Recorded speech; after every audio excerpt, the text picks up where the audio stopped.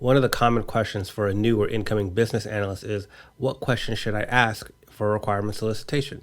It can be very difficult to imagine what it's like to gather or elicit requirements without the context of a real business objective, and every company has its own context and challenges. With that in mind, I'm going to try to break down what requirements elicitation is by also including an analogy I've used before that most adults could empathize with: planning a trip. Planning a trip or vacation with several people can be very challenging, and the kinds of challenges are very analogous to implementing a new functionality or process in an organization. For this analogy, every person going on the trip is a stakeholder, and their feelings and needs would be similar to the needs of business stakeholders, process owners, or end users on a project. In order to come up with a solution that will eventually result in a successful trip, you need to take into consideration everyone's needs, capabilities, and constraints. Your job as the vacation business analyst is to first draw out all these needs before helping everyone come up with a final game plan. Now, this is a good place to talk about experience. Just like an experienced business analyst, every time you plan a vacation, you learn a little bit more about how to plan a vacation better. If you consistently plan vacations for the same group, similarly to working to the same company, you get really good at not missing the same failure points that might have happened on previous trips. If you plan vacations with different groups all the time, you get really good at working with varying personality types to come to a workable solution. For our trip, our project objective will be a beach vacation. In a business, top leadership might give some direction or expectation, like a project to improve the efficiency of a specific process or add a new business capability. For a group trip, it might come from a collective decision to have a beach vacation together, or it might come from a person being celebrated, like a birthday or bachelor or bachelorette party. Once you have a vacation objective, then you break it down into the functional requirements, if you will. Beach vacation might break down into requirements like walkable from the hotel, a boardwalk or pier with fun sites or restaurants, or jet ski tours, which you might learn as you ask your trip goers more questions.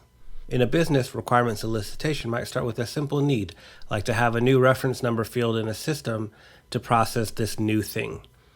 You might ask, how will it get populated? Then you get a requirement to add a field to the front-end system to capture the data. Then you ask, how will we make sure users know what to input into the field? Then you learn that the field has a set of acceptable inputs, and those inputs are dynamic and generated by different systems. Then you gain a requirement for a new interface between the front-end system and this other source system, and on and on and on. Then there are constraints. Constraints on a trip can be pretty straightforward. The biggest for adults is typically schedules. Others might be budgets, dietary constraints, or physical constraints. It can be difficult to get everyone's constraints laid out in one easy conversation. This may take time and many conversations. For a business, constraints might be regulatory, business policy, or technical constraints. Much like the trip scenario, you may not learn them until you start reviewing requirements and someone says, oh, that's not possible because system Y only allows X, or you have to design around this SOX rule that says these things can't happen by the same person. For your trip, you'll uncover new requirements and constraints as you ask questions, propose activities, modify locations, and so forth. If you did a good job and asked all the right questions, then everyone will have the vacation they expected. That doesn't always mean everyone gets exactly what they want. There will be some give and take. Someone might concede their 5-star hotel for a 4-star hotel that everyone can afford, or maybe splitting one nice Airbnb. In an organization, these give and takes might be a department having to handle the new expected volumes, or having to postpone a functionality that got deprioritized. It's easy to imagine how a person who has planned many trips will be better at asking the right questions up front and anticipating things that might go wrong versus someone who's planning a trip for the first time with a group of people.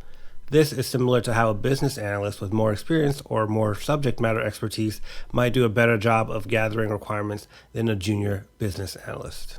I hope that gave you a sense of what requirements elicitation really entails. It's not just writing down what everyone wants, it's having the many conversations that eventually dig down into a solution that everyone can work with that delivers on the main objective.